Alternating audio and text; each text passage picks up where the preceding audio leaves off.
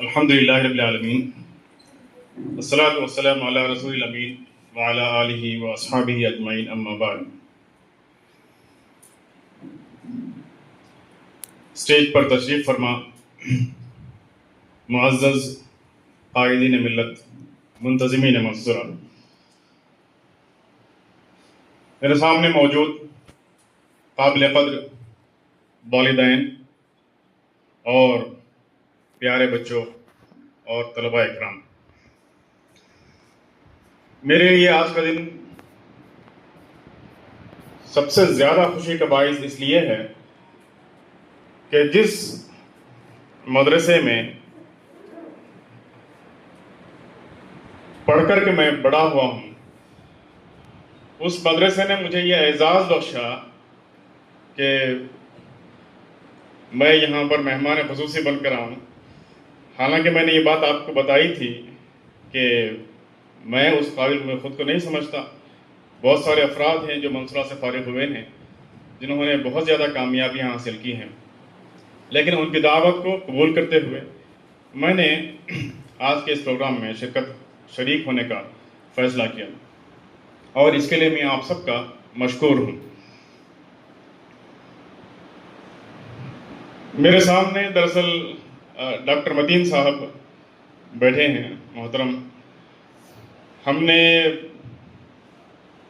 ایسا ہی ہو کی عمر سے، جس وقت ہم منصورہ میں یہاں پر پڑھ رہے تھے، تقریباً 8ویں یا 9ویں کلاس میں تھے، اس زمانے سے ہم آپ کو دیکھتے آ رہے ہیں، سنتے آ رہے ہیں، اور آپ سے بہت باتیں ہم نے سیکھی ہیں، آپ سے تربیت حاصل کی ہے۔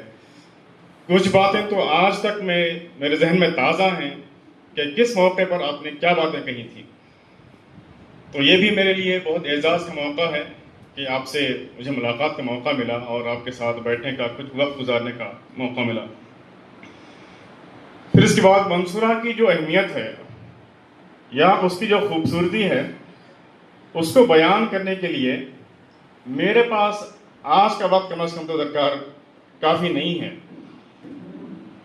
آپ دیکھیں گے کہ ہاسن کے اندر یا پھر پورے کرناٹکا کے اندر ہزاروں سکولز آپ کو ملیں گے، کالجز ملیں گے، انسٹیٹیوشنز ملیں گے، جہاں ہم تعلیم حاصل کر سکتے ہیں، اپنا مستقبل سنوار سکتے ہیں، ڈاکٹر یا انجینئر بن سکتے ہیں، کچھ بھی بن سکتے ہیں۔ اس کے لیے کوئی اسکیئرسٹی نہیں ہے۔ We have thousands of institutions providing education throughout Karnataka. لیکن منصورہ میں وہ کیا بات ہے جو دوسرے جو انسٹیٹیوشنز میں نہیں ہے، جو مدارس میں نہیں ہے، اسکولز اور کالجز میں نہیں ہے؟ اس سے متعلق کچھ باتیں تو یہاں کے جناب پرنسپل صاحب نے بھی رکھی ہیں، اور محترم یاسر صاحب نے بھی کچھ باتیں آپ کے سامنے رکھی ہیں، میں ان کو دہرانا نہیں چاہتا۔ اگر اس سے متعلق کچھ کبھی بات کرنے کا موقع ملے تو کسی اور موقع پر میں ان تمام چیزوں کو دہراؤں گا۔ لیکن آج کی موقع کی اہمیت اور اس کی نزاکت کو سامنے رکھتے ہوئے کچھ باتیں میں آج کے جو طلباء ہیں، اسٹوڈنٹ جو کمیونٹی ہے آج یہاں پر، جنہوں نے بہت ہی مبارک قدم اٹھایا ہے منصورہ میں داخل ہونے کا، یہاں پر پی یو سی کا جو نیا کورس شروع ہوا ہے، اس کے لیے میں مبارکباد دیتا ہوں منصورہ کے منتظمین کو کہ بہت ہی مبارک قدم اٹھایا ہے۔ یہ آج کی کمیونٹی کی ضرورت ہے۔ اس موقع پر طلباء کی خدمت میں، اسٹوڈنٹ کمیونٹی کی خدمت میں 3 باتیں میں اپنے خالصتاً مخلص ہو کر میں آپ کے سامنے رکھنے کی کوشش کروں گا۔ پہلی بات تو یہ ہے کہ ایک مسلمان طالب علم کے لیے یہ ضروری ہے کہ وہ علم حاصل کرنے سے پہلے نیت باندھے۔ یہ اسلامی تعلیمات کی ایک بنیادی اکائی ہے، اس لیے کہ نبی کریم صلی اللہ علیہ وسلم نے فرمایا کہ تم جتنے بھی اعمال کرو، لیکن قیامت کے دن اسی عمل کا اللہ تعالیٰ کی بارگاہ میں وزن رہے گا جس میں آپ کی نیت خالص ہو۔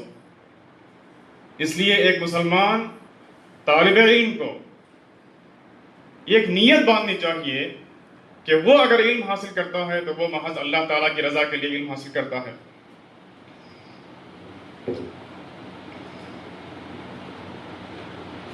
ورنہ آپ دیکھیں گے کہ بہت سارے اسکولس اور کالجز ہیں، وہاں پر طلبہ جاتے ہیں، کامیاب ہوتے ہیں، ڈاکٹرز اور انجینئرز بنتے ہیں، لیکن ان کا جو مقصد ہوتا ہے وہ رزق فراہم کرنا ہوتا ہے، تاکہ اپنے پیٹ کے لیے کچھ انتظام ہو جائے جس سے ہماری زندگی کا کاروبار چلے۔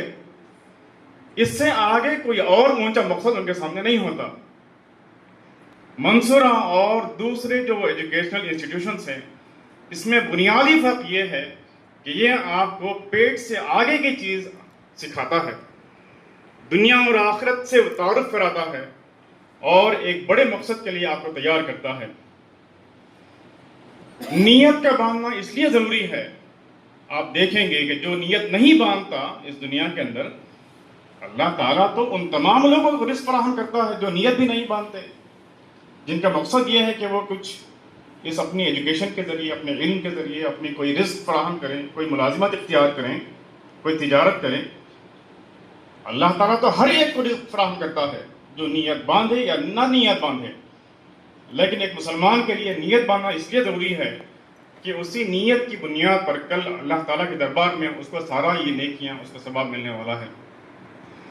پھر اس کے ساتھ ساتھ نبی کریم صلی اللہ علیہ وسلم کی جو نصیحت جو آپ کے سامنے آج پیش کی گئی، جس میں کہا گیا کہ ہر مسلمان مرد اور ہر مسلمان عورت پر یہ فرض ہے کہ وہ علم حاصل کرے، تو اس حدیث کی روشنی میں آپ جو کچھ بھی یہاں علم حاصل کریں گے تو اللہ تعالیٰ ہر لفظ اور ہر علم کے بدلے میں آپ کو اس کا جو ثواب ہے آخرت کے اندر وہ ضرور عطا کرے گا۔ اور یہ بات میں اس لیے آپ کے سامنے عرض کر رہا ہوں کہ ہمارے درمیان، مسلمان عوام کے درمیان، مسلم کمیونٹی کے اندر ایک بہت بڑا مسکنسیپشن پایا جاتا ہے، اور وہ یہ ہے، ہم سمجھتے ہیں کہ ہم جب قرآن پڑھتے ہیں تو اللہ تعالیٰ ہم کو ثواب دیتا ہے، نماز پڑھتے ہیں تو ہماری آخرت بنتی ہے، یا ہم صدقہ اور کوئی روزہ رکھتے ہیں یا پھر حج کرتے ہیں تو ہماری آخرت ہم بنا رہے ہیں۔ یہ بہت بڑا مسکنسیپشن ہے۔ جس طرح اللہ تعالیٰ آپ کے قرآن پڑھنے اور اس پر سمجھنے پر آپ کو اس کا ثواب عطا کرتا ہے، اسی قدر جب آپ کوئی میتھمیٹکس پڑھتے ہیں یا کوئی اور سبجیکٹ پڑھتے ہیں تو آپ بالیقین جانیں کہ اللہ تعالیٰ آپ کے ہر اس علم کے بدلے میں آپ کو اس دنیا میں بھی کامیابی عطا کرے گا، اور آخرت میں بھی اس کا ثواب آپ وہاں پر جا کر کے پائیں گے۔ وہ دن ضرور آنے والا ہے۔ تو اس لیے میں سمجھتا ہوں کہ ایک مسلمان طالب علم کے لیے نیت کا باندھنا بہت ضروری ہے۔ تو اس طرح آپ فزکس پڑھیں یا کیمسٹری پڑھیں، لیکن قرآن مجید کو بھی ساتھ میں پڑھیں، حدیث کو بھی پڑھیں، اسلام کے لیے کی محبت اپنے دل میں ڈالیں، تو بالیقین، پوری یقین کے ساتھ آپ رہیے کہ آپ کو ہر اس علم کا ثواب اللہ تعالیٰ کی بارگاہ میں ملنے والا ہے۔ پھر اس کے بعد ایک اور بات اس موقع پر جو میں کہنا چاہوں گا وہ یہ ہے کہ ہم اپنی ذات سے، ہم جو کچھ بھی یہاں پر ایجوکیشن حاصل کر رہے ہیں، اس کا پہلا تو مقصد یہ ہے کہ ہم اپنی جو انفرادی زندگی ہے اس میں کامیابی ہو۔ I want to be successful in my life, but this should not be the end۔ اور اسی لیے منصورہ کو بنایا گیا ہے۔ آپ دیکھتے ہیں کہ دنیا کی جو بھی اسکول یہاں اوپن ہوتی ہے وہ محض پیسہ کمانے کے لیے وہ اسکول کھلتے ہیں۔ جتنے بھی ایجوکیشنل انسٹیٹیوشنس ہیں اس کا ایک ہی مقصد ہے تاکہ اس سے پیسہ حاصل کیا جا سکے۔ This is the fundamental intention behind establishing every educational institution۔ لیکن منصورہ آپ جانتے ہیں کہ پیسوں کو، بہت مشکلات کے درمیان پیسوں کو اکٹھا کر کے یہ اس منصورہ کو چلایا جا رہا ہے۔ تو ظاہر بات ہے کہ منصورہ کو آپ سے پیسہ حاصل کرنا، کمانا، یہ ہمارا مقصد نہیں ہے، بلکہ جیسا کہ میں نے کہا کہ اس کے ذریعے اللہ تعالیٰ کی بارگاہ میں اس کی خوشنودی حاصل کرنا، اپنی امت کے جو افراد ہیں چاہے وہ مرد ہو یا عورت، ان کو ایمپاور کرنا تاکہ وہ بھی کامیاب ہوں، اور ہماری جو امت کے جو افراد ہیں ہندوستان کے اندر، ان کو ہم اپنے ساتھ لے کر کے چلیں گے، ان کو اپنے ساتھ میں لیں گے، ان کو ہم راستہ دکھائیں گے۔ اس مقصد کے تحت، اس اونچے مقصد کے تحت منصورہ کو قائم کیا جا رہا ہے۔ تو ہم اپنی ذات سے باہر ہٹ کر کے اپنی جو کمیونٹی ہے، یہ آج کی سب سے بڑی ضرورت میں محسوس کرتا ہوں کہ ہم اپنی کمیونٹی کو گائیڈ کریں گے، ان کو علم کی راستے میں لے آئیں گے، کیونکہ آپ دیکھیں گے کہ ہم جانتے ہیں، ہم سب جانتے ہیں کہ ہندوستان کے اندر ایجوکیشن میں سماجی طور پر سوشل جو کرائٹیریا ہوتا ہے یا پھر اکنامکس میں جو معاشی ہماری صورتحال ہوتی ہے، سب سے پستہ اگر کوئی حال موجود ہے تو وہ مسلم کمیونٹی کی ہے. بہت ہی تشویشناک صورتحال ہے. تو ایسے حالات میں ہماری زیادہ ذمہ داری بنتی ہے کہ ہم محض اپنی زندگی کو محض کامیاب نہ کریں، بلکہ ہماری جو کمیونٹی ہے ان کے لیے ہم اپنے دل میں ہمدردی پیدا کریں، ان کے لیے کچھ مدد کرنے کا ہم آج نیت باندھیں. پھر آخر میں یہ ایک اور بات جو عرض کرنا چاہتا ہوں وہ یہ ہے کہ انسان کے اندر علم کی پیاس ہونی چاہیے. اس کے بغیر انسان نہیں رہ سکتا. علم کا تو معاملہ یہ ہے کہ اللہ تعالیٰ نے ایسی کائنات بنائی ہے جس سے متعلق کہتا ہے کہ جتنے بھی سمندر ہیں وہ سیاہی بن جائے اور سارے درخت وہ اگر پین بن جائیں، قلم بن جائیں، اور اللہ تعالیٰ کی اب جو نعمتیں ہیں، اس کے جو راز ہیں، جو سیکرٹس آف دی یونیورس ہیں، کیسے اس نے بنایا ہے، اس کو ہم لکھتے جائیں تو سمندر کا پانی بھی ناکافی ہو جائے. یہ اللہ تعالیٰ کی کائنات ہے، اس کی یونیورس ہے، اور یہ علم کی انتہا ہے. تو ایسے یہ اگر معاملہ ہے تو سب سے جو بنیادی صفت جو ہمارے اندر ہونی چاہیے ایک مسلم طالب علم کے اندر اور ہر مسلمان کے اندر، وہ علم کی پیاس ہے. یہ پیاس اگر بجھ گئی تو سمجھیے کہ ہمارے اندر کا درخت سوکھ چکا ہے، اور مرتے دم تک ہم علم حاصل کرتے رہیں گے، اس پر عمل کرنے کی کوشش کریں گے. یہ ہمارے لیے بہت ضروری ہے. تو اسی ارادے کے ساتھ ہمیں یہاں پر قدم رکھنا چاہیے علم کے میدان میں، اور اس کے ساتھ ساتھ ہمارے جو خیالات ہیں، ہمارے جو خواب ہیں، وہ ہمیشہ اونچے رہنا چاہیے. ہمارا مقصد کل اللہ تعالیٰ ہمیں کون سا رزق فراہم کرے، کہاں سے فراہم کرے، میں کون سی ملازمت اختیار کروں، تو یہ اللہ تعالیٰ کے ہاتھ میں ہے. وہ رزق فراہم کرنے والا ہے. اس کے بہت سے ذرائع ہو سکتے ہیں، وسائل ہو سکتے ہیں، لیکن ہمارا جو خواب ہے وہ سب سے اونچا خواب ہونا چاہیے، تاکہ جو ہائیسٹ جو پوزیشن ہو سکتی ہے علم کے اندر، اس پوزیشن کو ہم حاصل کریں گے، تاکہ ہماری اپنی زندگی بھی کامیاب ہو اور ہماری ملت اور اس ملک کے بھی ہم کو گائیڈ کرنے والے بنیں گے اپنے اپنے میدان میں. اور میں خدا کو حاضر و ناظر جان کے سمجھتا ہوں کہ سیاسی حالات جتنے بھی خراب ہو جائیں، آج بھی ہندوستان کی سوسائٹی اس کے لیے آپ کو استقبال کرتی ہے کہ جس میدان میں بھی آپ ماہر بن جائیں، اس کے ایکسپرٹ بن جائیں، وہ آپ سے فائدہ حاصل کرے گی. اس کے لیے آج بھی society is open for you. They will welcome you, but if you are expert in your field. آپ یہ قدر کریں گے. اس لحاظ سے ہماری یہ کوشش ہونی چاہیے کہ ہم علم کے اونچے درجات تک ہم وہاں پر پہنچیں گے. تو اس کے لیے بہت سارے دیکھیے ہماری زندگی کے اندر کچھ ماڈلز کو ہم انسپریشن کے لیے ہمیں چاہیے ہوتی ہیں کہ ان کو دیکھ کر کے میں علم حاصل کروں. اس ملک کے اندر ایک بہت زیادہ کئی افراد ہیں آج کے درمیان میں. اس ملک کی جو سب سے پستہ جو قوم ہے، جو ذات ہے، وہ لوگ ڈاکٹر امبیڈکر کو دیکھ کر کے بہت زیادہ وہ انسپریشن لیتے ہیں. لیکن مسلمانوں کے اندر، ہماری امت کے اندر، ہماری جو پوری تاریخ علم پر بنی ہے، آپ کو ہزاروں افراد ایسے ملیں گے جن کو دیکھ کر کے آپ انسپائر ہوں گے. اس کے لیے ایک مثال دے کر کے میں اپنی بات ختم کروں گا، اور وہ ہے امام بخاری رحمۃ اللہ علیہ کی. قرآن مجید کے بعد اللہ تعالیٰ کی جو رسول کے جو تعلیمات ہیں، ان کی جو کہی ہوئی باتیں ہیں، ان کا علم حاصل کرنے کے لیے جو سب سے مستند کتاب ہے وہ بخاری ہے. ہم سب جانتے ہیں. لیکن آپ جانتے ہیں کہ نبی کریم صلی اللہ علیہ وسلم کے وفات کے تقریباً 200 سال کے بعد آپ کی پیدائش ہوئی.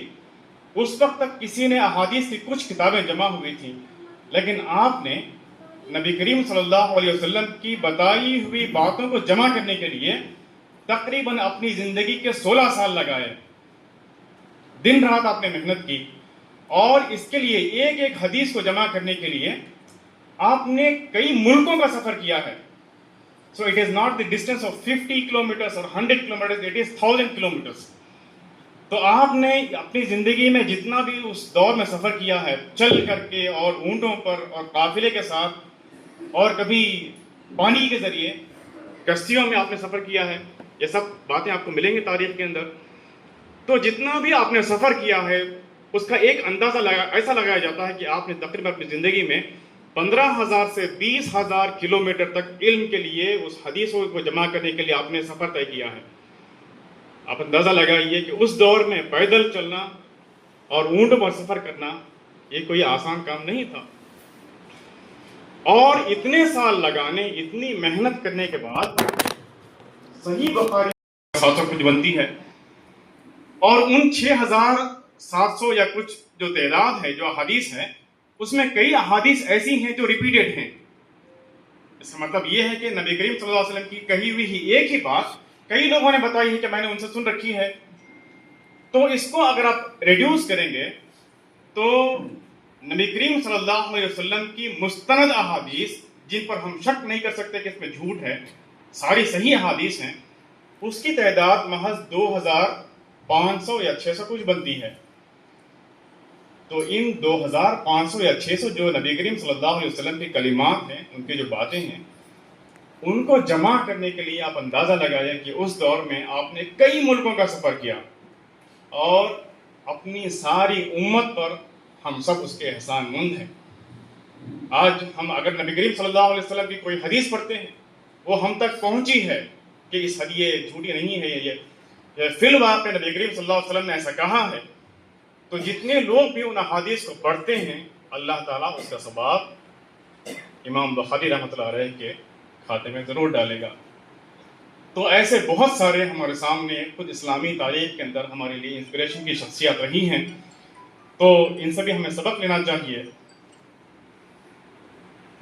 بس اسی باتوں پر میں یہیں پر اپنی بات ختم کرتا ہوں. میں اللہ سے دعا گو ہوں کہ وہ ہمیں علم کے ساتھ عمل کرنے کی بھی توفیق عطا فرمائے، علم کے پیاس کو کبھی نہ بجھنے دے ہمارے اندر. اور یہاں پر کچھ کلمات آپ کے سامنے پیش کرنے کے لیے میں آپ سب کا شکر گزار ہوں. وآخر دعوانا ان الحمد للہ رب العالمین.